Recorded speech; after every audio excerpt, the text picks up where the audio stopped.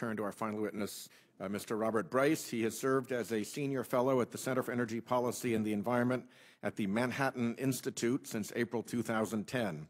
He is a journalist and author based in Austin, Texas from 2006 to 2010. He worked as managing editor of the online publication Energy Tribune. Mr. Bryce received his BFA from the University of Texas at Austin in 1986. Mr. Bryce, please proceed. Thank you. Good afternoon. Over the past decade or so, the U.S. government has enacted policies to encourage the use of renewable energy in general and wind energy in particular. These policies are, in theory, designed to address the issue of climate change. But the facts show three certain things. First, the wind energy sector has been getting billions of dollars in federal subsidies, even though it is killing significant numbers of some of America's most iconic wildlife.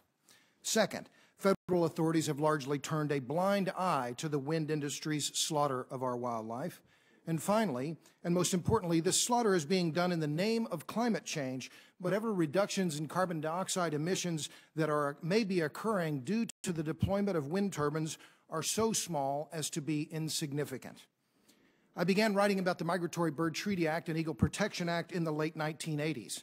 At that time, the Fish and Wildlife Service estimated that roughly 600,000 birds per year were being killed after coming in contact with illegal oil pits in the oil fields of Texas, New Mexico, and Oklahoma.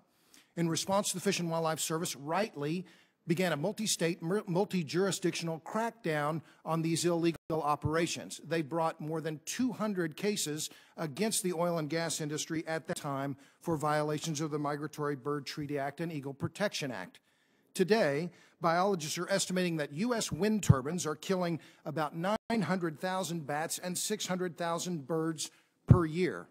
The Fish and Wildlife Service's own biologists have documented dozens of cases of eagle kills by wind turbines, including at least 6 bald eagles.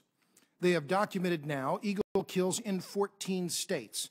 Between 2007 and 2011, they found a 12-fold increase in the annual rate of eagles being killed by wind turbines. And yet to date, the Fish and Wildlife Service and the Department of Justice have brought exactly one, I repeat, one prosecution against the wind industry for clear and continuing violations of some of America's oldest wildlife laws. Furthermore, and most astoundingly, the Interior Department is now considering permits that would allow the wind industry to kill eagles and other migratory birds for up to 30 years. Now let me discuss the more important issue here of CO2 emissions, and let me be blunt. The birds and bats that are being killed by America's wind turbines are effectively being killed for no reason. Widespread deployment of wind turbines is not an effective climate change strategy. In fact, wind turbines are nothing more than climate change scarecrows. This is not an opinion, this is basic math. The American Wind Energy Association estimates that in 2012, 60,000 megawatts of wind turbine capacity in the United States resulted in a reduction in CO2 emissions of roughly 80 million tons. This amounts to 0.2% of global carbon dioxide emissions. Climate change activists repeatedly tell us to do the math. Okay, let's do the math. Since 1982, global carbon dioxide emissions have been rising by an average of 500 million tons per year. Therefore, if we wanted to use wind energy merely to stabilize carbon dioxide emissions globally, and remember, this will not cut existing demand for coal, oil, or natural gas. It would require the installation of roughly 375,000 megawatts of new wind energy capacity every year. The power density of wind energy is 1 watt per square meter. Therefore, the math is simple.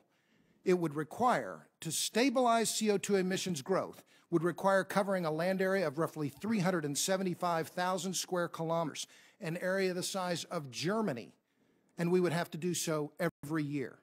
If we reduce that to a daily basis, ladies and gentlemen, it would require us to cover roughly 1,000 square kilometers, a land area the size of 17 Manhattan Islands, with wind turbines, and we would have to do so every year.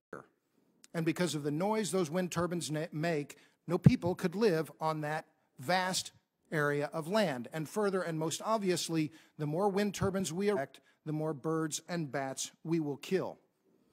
About 5 years ago, I testified in the same Senate office building about our energy policy here in the United States. If we are going to agree that CO2 emissions are a problem and we want to do something about it without destroying our economy, we must embrace the technologies that are affordable, scalable, and are lower carbon than oil and coal. That means end-to-end, natural gas to nuclear. Thank you. Thank you very much, Mr. Bryce.